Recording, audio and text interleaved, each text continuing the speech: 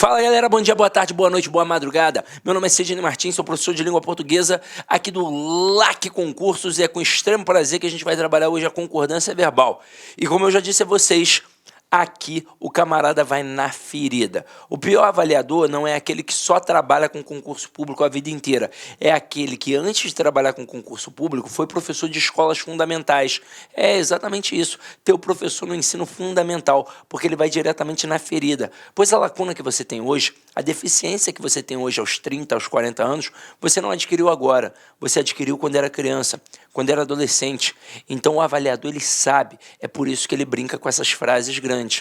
Se você já fez um módulo de redação, você já deve ter escutado do teu professor para não produzir períodos longos nem inversões. Aí pensa comigo, vamos pensar. É errado produzir um período longo? Claro que não é. Quem já fez faculdade sabe que ao ler um autor que produz períodos longos, você reproduz períodos longos. Ao ler um autor que produz períodos curtos, você reproduz períodos curtos. Mas nós estamos falando, por exemplo, da redação do concurso público. E quando você produz períodos longos, você fica fadado a erros gramaticais.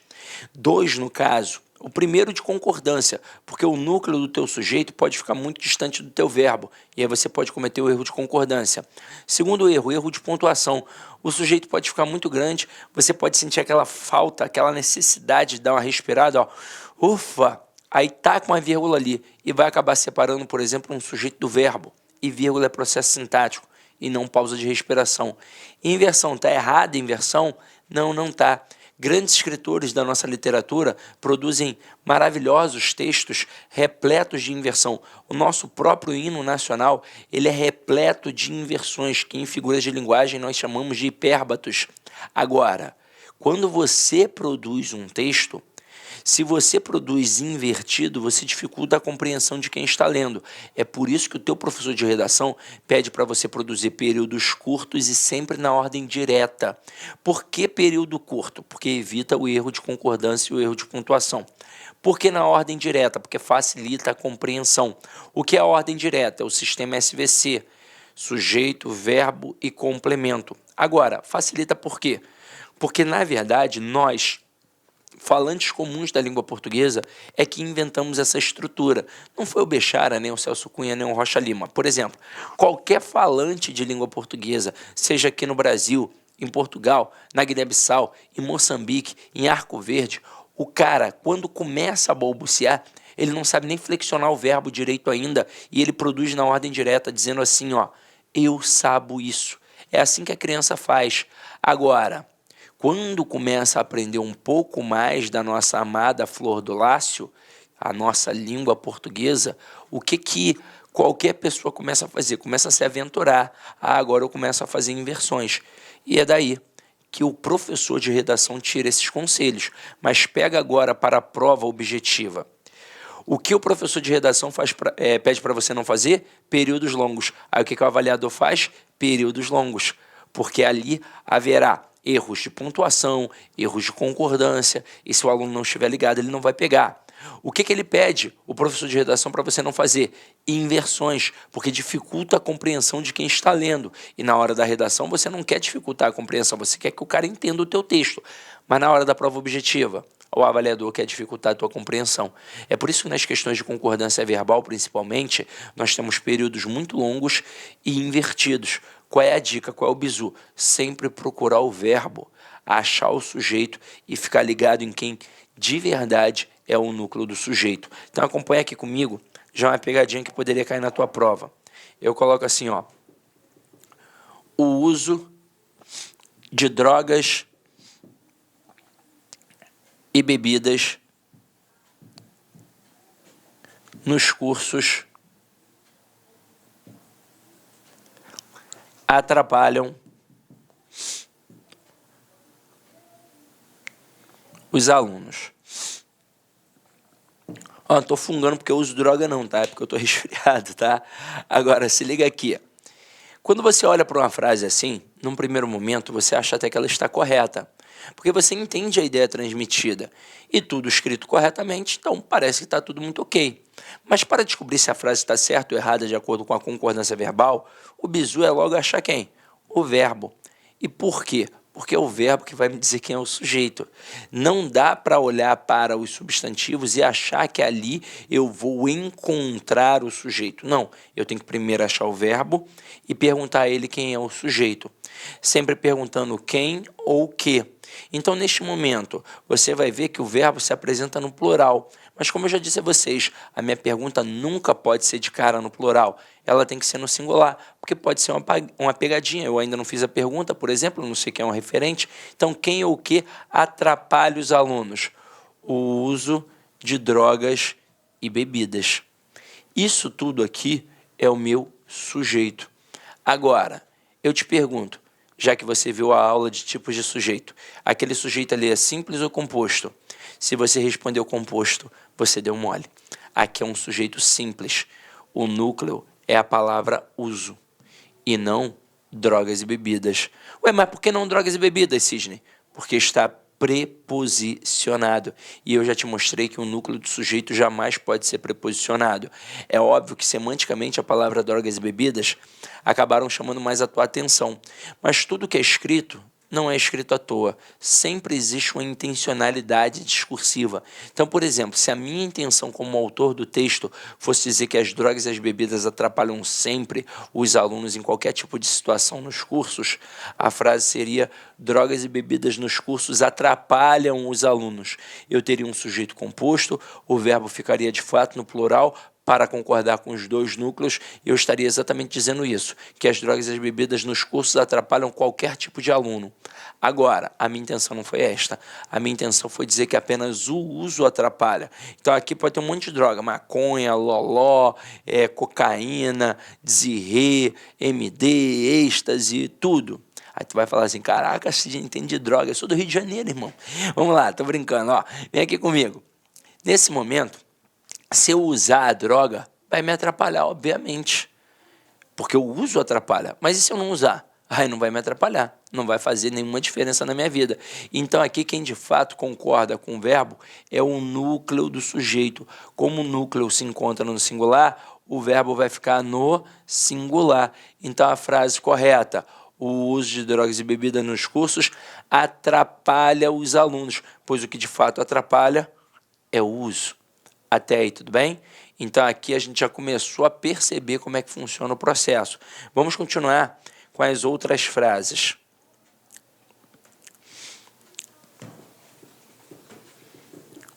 Vamos massificar um pouco mais isso, ó.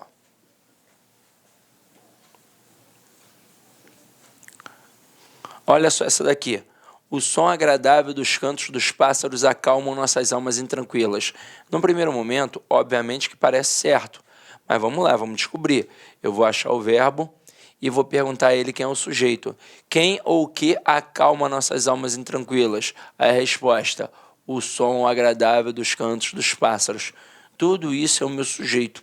Agora, quem é o núcleo do sujeito? Sempre o substantivo, sem preposição. Então, aqui no caso, ó, a palavra som. Então, como o núcleo do sujeito está no singular, como é que tem que ficar o verbo? No singular. Pois o que de fato aqui acalma nossas almas intranquilas não é o canto, não é o pássaro, e sim o som dos cantos dos pássaros. Então, por isso o verbo fica no singular. Agora, olha essa segunda aqui. O choro das crianças das comunidades carentes nos comovem. Quem ou o que nos comove? Vamos, achei o verbo, vou perguntar a ele quem é o sujeito. A resposta: o choro das crianças das comunidades carentes. Tudo isso é o meu sujeito. Agora, quem é o núcleo do sujeito? É a palavra choro. Ah, não poderia ser crianças? Não, não, porque está preposicionado. E aqui, ó, galera, não é a criança que me comove, e sim o choro das crianças das comunidades carentes. Então, neste momento, como o núcleo se encontra no singular, o verbo também vai ficar no singular. Então, a frase correta: o choro das crianças das comunidades carentes nos comove, pois o que de fato comove é o choro. Agora, olha essa 3. Essa 3 aqui, ela é muito simples, mas ela é uma pegadinha pesada na prova, porque o cara começa com verbo. E aí, qualquer falante comum da língua portuguesa, ao começar uma frase com verbo, a tendência que ele deixa ali é uma tendência de colocar o verbo no singular. E por um motivo muito simples: ainda não apareceu o referente. Então, ele tende a colocar o verbo no singular por não ter aparecido o referente. E se a frase ainda for grande e pior, for uma frase que dá para entender, aí ele não vai ver erro nenhum. E olha só o que acontece aqui. Vinha de algum lugar indefinido aqueles viajantes. Dá ou não dá para entender a ideia transmitida? Dá. Mas vamos lá, a questão de concordância, você não pode dar mole. Qual é a primeira coisa que você vai fazer? Vai achar o verbo e vai perguntar ao verbo quem é o sujeito. Quem vinha? Aqueles viajantes. Agora que eu achei o sujeito, eu quero saber quem é o núcleo. Quem é o núcleo? Viajante. Núcleo no plural, o verbo tem que ficar como? No plural. Então, o certo aqui seria: vinham de algum lugar indefinido aqueles viajantes. É claro que se essa frase estivesse no processo de ordem direta, ninguém erraria. Será que alguém colocaria aqueles viajantes vinham? Não, todo mundo colocaria aqueles viajantes vinham. Mas quando inverte, já dificulta. Então, gente, o bizu sempre, numa questão de concordância verbal, é achar o verbo, olhar o sujeito e buscar o núcleo do sujeito. E aí sim, se o núcleo estiver no singular, o verbo fica no singular. Se o núcleo estiver no plural, aí o verbo fica no plural. Agora, continuando para a gente massificar, ó. Deixa eu apagar aqui para não ficar poluído visualmente. Aproveito e bebo uma aguinha.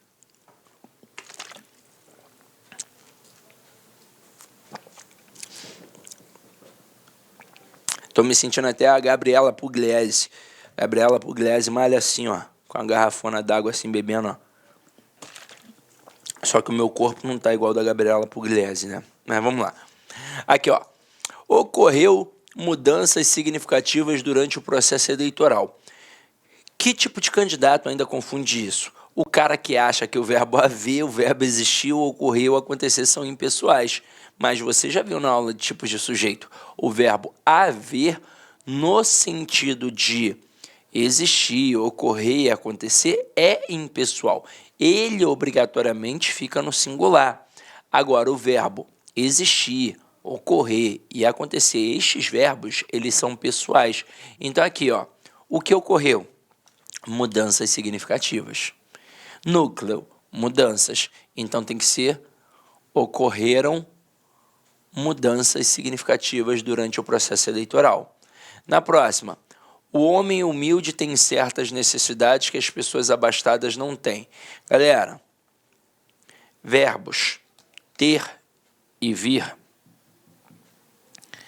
são verbos muito presentes nas provas de concursos públicos, até porque eles são fronteiriços entre a concordância verbal e a acentuação.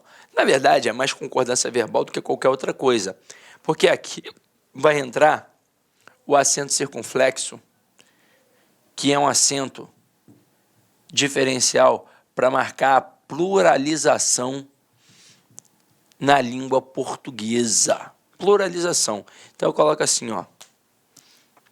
O homem tem problemas. E os homens têm problemas. Observe o que acontece na primeira frase. Eu quero saber quem é o sujeito. Eu pergunto para quem? Eu pergunto para o verbo. Então, aqui, ó, o verbo. Quem é que tem problemas? O homem. Isso tudo é o meu sujeito. Agora, quem é o núcleo? Homem. Núcleo no singular, verbo no singular. Então, tudo ok. Agora, na segunda frase. Quem é que tem problemas? Os homens. Isso tudo é o meu sujeito. Agora, quem é o núcleo? Homens. Núcleo no plural, verbo tem que ficar como? No plural. E eu não posso deixar um verbo no plural igual um verbo no singular. Tem que ter alguma coisa para diferenciar. E o que vai ser? O acento circunflexo. Então, galera, na língua portuguesa, o acento circunflexo sempre vai ser a marca da pluralização. Detalhe, isso serve tanto para os verbos ter e vir, como também para os seus derivados, como manter, entreter, provir, intervir e por aí vai. Agora, por que isso é perigoso? Porque na hora que você lê em voz alta, por exemplo, você sequer chega a perceber a diferença, porque a grafia é igual e a pronúncia é igual. Então, o bizu que eu te dou está fazendo questão de concordância verbal, achou ali verbos ter ou vir, ou então um derivado, olha logo para ver quem é o núcleo do sujeito. Esse acento circunflexo aqui, só se o núcleo estiver no plural. Então, volta aqui para a frase, ó.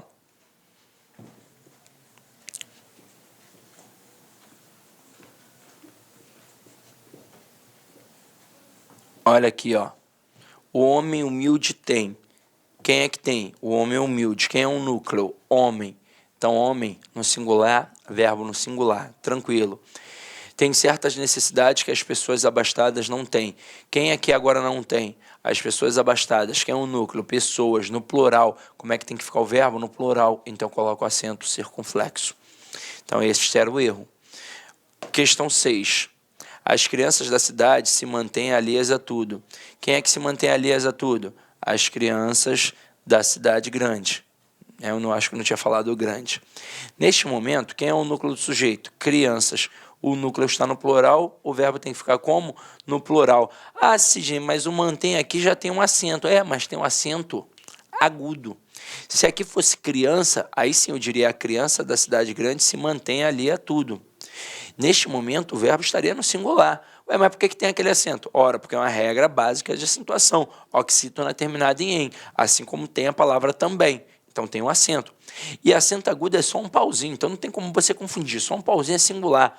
Acento circunflexo, ó, são 2 pauzinhos, então por isso plural. Então, ali ficou faltando acento circunflexo para concordar com o termo crianças. E com isso, a gente fecha a primeira pegadinha da tua prova. Agora a gente vai começar a falar de outras pegadinhas possíveis. Então vamos lá. Próxima pegadinha aqui, ó, é em relação ao sujeito composto. Existe a possibilidade de nós termos aqui 2 tipos de concordância. E vamos trabalhar isso agora com calma, ó. Preste atenção no que eu vou te falar. Olha essa primeira frase. O gato e a gata miaram. Isso aqui está na ordem direta, em que eu coloquei primeiro o sujeito composto e depois o verbo. Quando isso acontecer, eu vou ter aquilo que eu chamo apenas de concordância gramatical. E o que é a concordância gramatical? Uma concordância baseada na soma. É a concordância natural de qualquer falante comum da língua portuguesa. Então, se é baseada na soma, o verbo obrigatoriamente vai concordar com os 2 núcleos do sujeito. Por isso, o gato e a gata miaram. Não existe outra possibilidade. Agora, quando eu coloco na ordem invertida, quando eu começo primeiro com um verbo e depois eu coloco o sujeito composto, aí eu tenho 2 tipos de concordância, tanto a atrativa quanto a gramatical. Então aqui quando eu digo miaram o gato e a gata, eu tenho a concordância gramatical, em que o verbo vai concordar com os 2 núcleos, por isso miaram o gato e a gata. Agora, eu também posso ter a concordância atrativa, e aí vai dar a expressão miou o gato e a gata, em que o verbo agora concorda apenas com o núcleo mais próximo. E aí se liga só na parada que eu vou te falar. Por que é importante saber isso? Porque às vezes o avaliador é extremamente traiçoeiro. Então, numa questão objetiva, por exemplo, ele pode colocar assim, ó, dentre as opções abaixo, qual é aquela que está em desacordo com o padrão culto da língua? Aí ele coloca a letra A, o gato e a gata miaram. Letra B, miaram o gato e a gata. Letra C, miou o gato e a gata. E na letra D e na letra E, vai falar outras coisas completamente diferentes do papagaio, do periquito e por aí vai. Aí o candidato desavisado vai pensar, é uma dessas 3, pô, elas são muito parecidas. Só que na verdade as 3 estão corretas. Agora você, quando produz o texto, o que a gente faz? A gente coloca sempre na ordem direta, mas é importante saber que na hora dessa inversão aqui, eu posso ter a concordância gramatical e também a concordância atrativa. Por isso que eu posso dizer, chegaram o professor e o seu aluno, ou então chegou o professor e seu aluno. Agora, se eu tivesse colocado o verbo na ordem direta, se eu tivesse colocado o sujeito composto antes e depois o verbo, aí eu só poderia ter a concordância gramatical. Eu só poderia ter o professor e seu aluno chegaram. Entenderam a pegada? Essa não é muito difícil, não. Agora, continuando aqui, ó. Quando eu tenho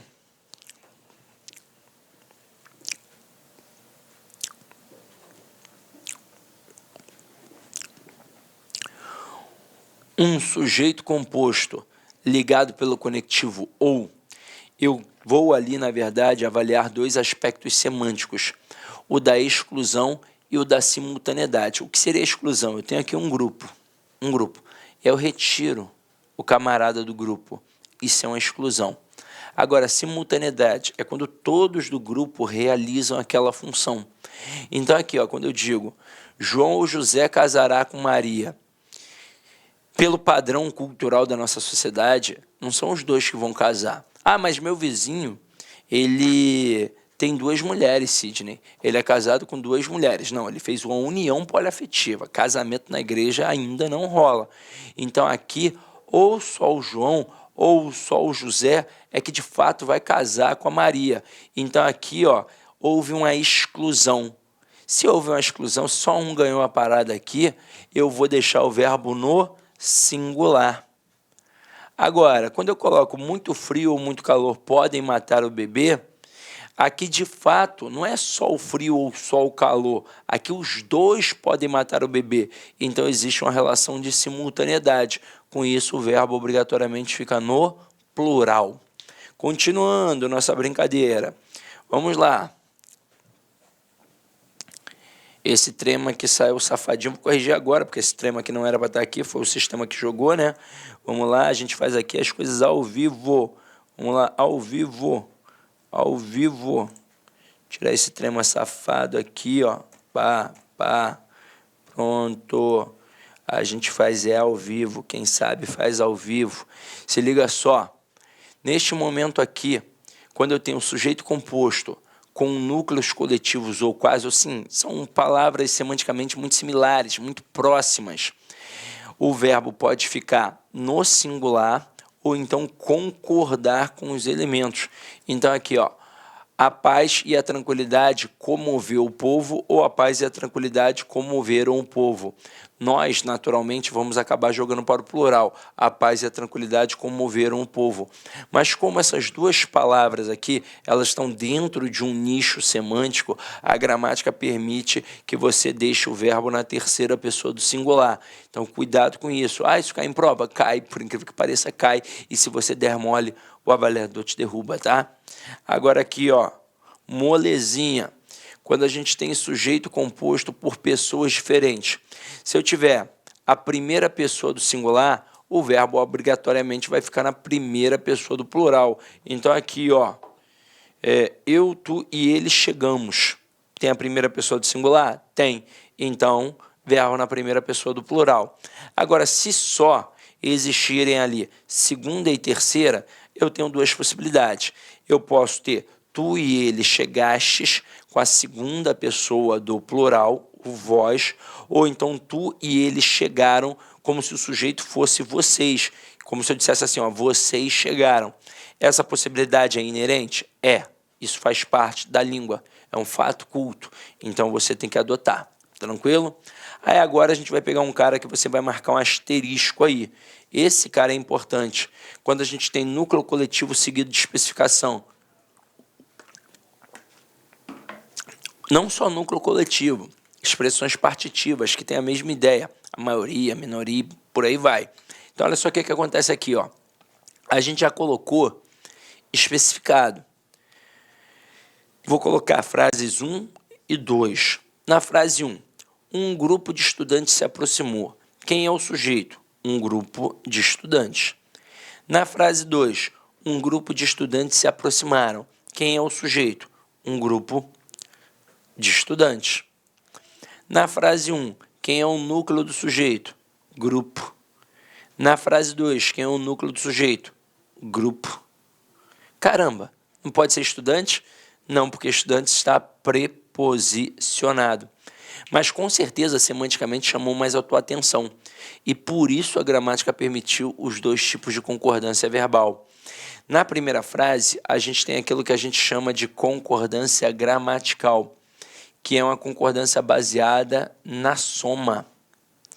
Ou seja, o verbo vai concordar com o referente. E quem de fato é o referente do verbo é o núcleo do sujeito. Então aqui, ó, o núcleo é a palavra grupo.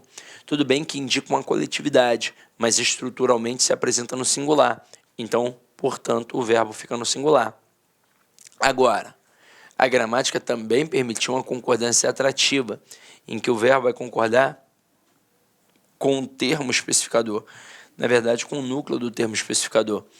Aqui no caso, como esse termo especificador se apresentou no plural, o verbo pode ficar também no plural. Então, posso dizer, um grupo de estudantes se aproximaram. Agora aqui, essa concordância é facultativa. Então, tanto faz dizer um grupo de estudantes se aproximou ou um grupo de estudantes se aproximaram. Tanto faz. Aqui não há a menor diferença. Agora, pode ter pegadinha na prova? Pode. Se o cara colocar assim, ó.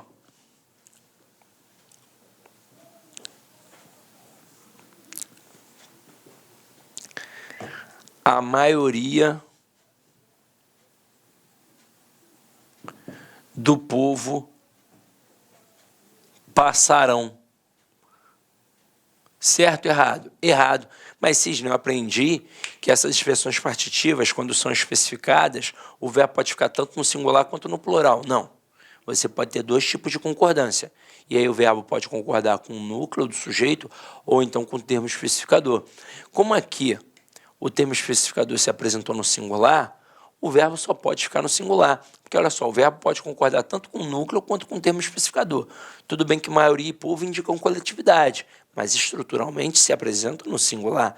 Então, aqui eu só posso ter a maioria do povo passará. E em que tipo de situação eu poderia ter aí, então, Cisne, o verbo no plural? Se eu tivesse colocado a maioria dos alunos. Aí, se eu tivesse colocado a maioria dos alunos, eu teria dois tipos de concordância.